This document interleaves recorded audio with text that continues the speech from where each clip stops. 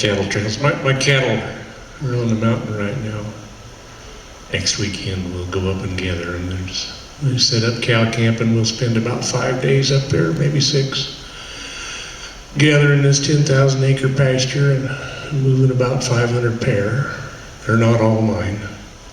They cross about 12 miles to the high country at about 9,000 feet, and they'll stay up there till the middle of fall. It's some smiling country. I just love riding up there. But then we'll trail them back down and bring them home to the valley in the winter. And that's where we'll calve them out. I was getting around to this poem. I never get tired of calving.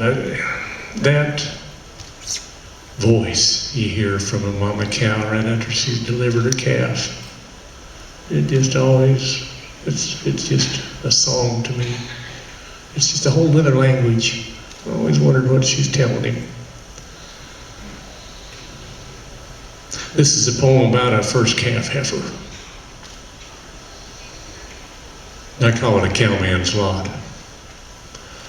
2 on the ground at the end of the day, and a heifer waiting for night.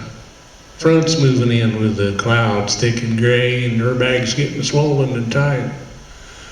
Still in the saddle where he'd been all day, knowing sure tonight things will freeze. He looked at the clouds like folks do when they pray.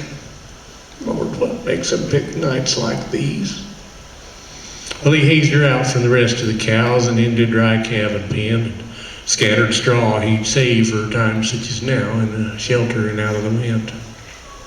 Unsettled and restless, the young cow paced.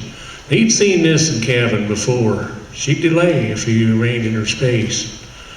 See, he backed off and gave her some more. And the first flakes to fall were wet and wide-spaced. Warning, for soon they fell quicker. Wind and dark were neck and neck as they raced, and the cowman pulled on his slicker. He thought about supper. The wife would worry. She'd watch for his truck at the gate. In heat with a heifer, no man could hurry, and decided supper could wait. You see, most cowmen at the end of the day would likely reflect on this spot. He asked for this job, and it weren't for the pay. It's the love of a cowman's lot. The temperature dropped. Snow turned now to ice. Stung his face like splinters of glass. Through squinted eyes he watched the cow circle twice and then take a place in the grass. She laid down and pushed, then stood up and strained. 2 circles, then back in the grass. 1 foot was glimpsed, but she stood up again and looked his way, and the moment passed. Well, he turned to his chores to get out of sight, reminded she needed her space. This labor could last plumb into the night, and nothing would quicken the pace. He fed all the horses and rode amongst the cows, using time he knew she required. He rode back and finished to check on her now, hoping she wasn't too tired. 2 feet now emerged where one had just shown. She labored her calf to expel. The cow then uttered a low, quiet moan and stretched out to rest for a spell. But in 5 more minutes, a small head appeared. Meanwhile, the mercury's fallen. The calf was soon out, but the rancher then feared he'd need help or death would be calling. But the heifer's up, inspecting her work. Soft lowing, she battled the cold. Nuzzled and licked, the calf shivered and jerked, and the man marveled his instincts took hold. She licked the calf clean. He tried out new feet, nosediving plumb into the ground. But he then got a taste of mother's milk sweet and latched onto the spigot he'd found. The man grinned to hear the smack of wet lips. He knew the calf was getting his meal. Inner warmth would soon spread from nose plumb to hips, and Mom's rough tongue would seal the deal.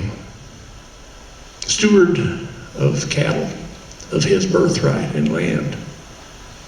He'd not think of quitting this spot. He's there if needed to lend her a hand. The best friend this young cow's got, the cowman's lot.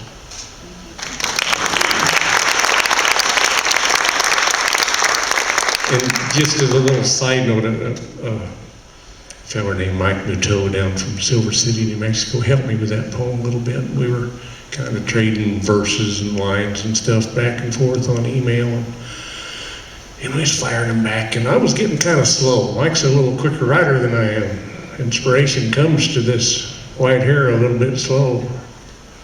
And it took me several months. And I was kind of slowing down, and Mike finally sent me an email, and he says, now I'm just going to check this to you. He says, you know more about calving cows than I do, and he says, I'm just going to let you finish it, but do us a favor and get that calf on the ground before that heifer dies of old age. Thank you, folks.